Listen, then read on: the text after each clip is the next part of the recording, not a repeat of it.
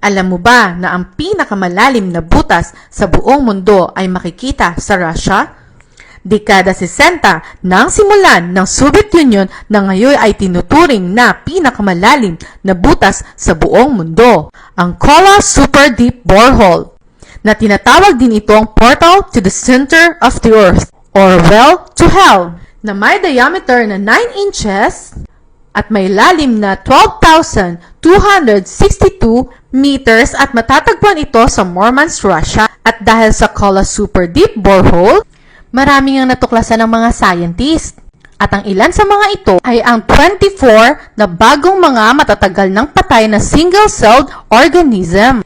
At nadiskubre din nila ang malaking quantity ng hydrogen gas.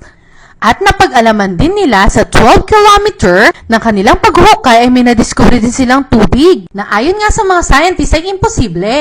Nagkaroon din sila ng pagkakataon para aralin ang iba't ibang klase ng bato na 2.7 billion taong gulang na. Ngunit hindi lang ito ang kanilang natuklasan, na ayon nga sa mga residente na malapit dito ay may kakaibang araw silang naririnig ng mga sound. Ito ay iyak at mga sigaw na tila ba humihingi ng saklolo.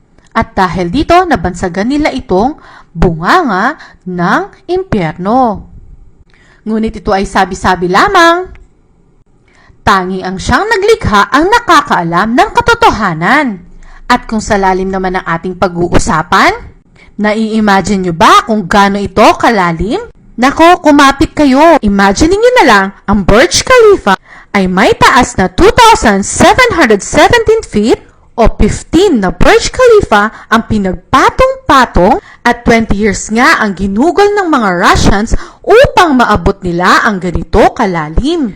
Ngunit sa lalim nito ay nasa crust pa lang sila at hindi nila naabot ang mantle. At ayon nga sa Smithsonian.com ay nasa 0.2% lamang sila. Malayo pa nga ang distansya upang marating nila ang gitna ng mundo. At dahil dito, ito ang nagpapatunay na ang ating mundo ay sobrang laki. Ngunit sa kabila nito, marami pa rin ang bansa na nagsusubok lagpasan ang nahukay ng Russia. At ito rin ang nagpapatunay na ang mga tao ay hindi pa rin nakokontento sa anumang ibinigay at nilikha ng ating Diyos na napapakinabangan natin ngayon. At ibig pa rin nilang tuklasin ang nasa gitna ng mundo. At alam nyo ba, mga katuklas, hindi na nila natuloy ang paghukay na ito. Natigil ito sa kadahilanan, hindi na kinaya ng mga naghuhukay dahil sa hindi inaasahang temperatura na umabot sa 180 degrees Celsius. At naubusan na rin ng pondo ang proyekto. At kung ikaw naman, katuklas, kung bibigyan ka ng pagkakataon na hukayin ang ating mundo, gugustuhin mo rin bang abutin ang gusto nilang maabot o mananatili ka na lang dito sa mundong ibabaw at magpasalamat sa pinagkaloob sa atin? Nagustuhan mo ba ito, katuklas? At kung nagustuhan mo ito, paki-like and share mo naman. Salamat!